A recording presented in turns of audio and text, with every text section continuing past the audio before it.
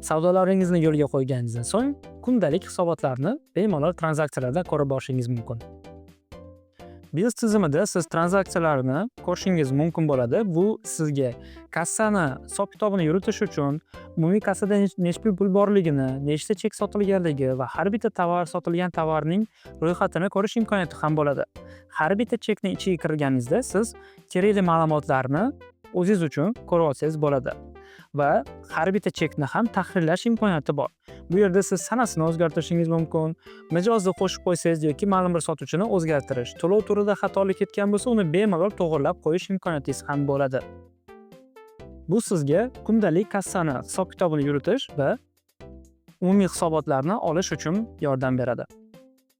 Tranzaksiyalarda siz xohlagan paytingiz kassada nechta pul borligini, naqd holatida yoki karta holatida qarzga qancha pul berganligingizni, barcha statistikani va har bitta chek ma'lumotini ko'rib borsangiz ham bo'ladi.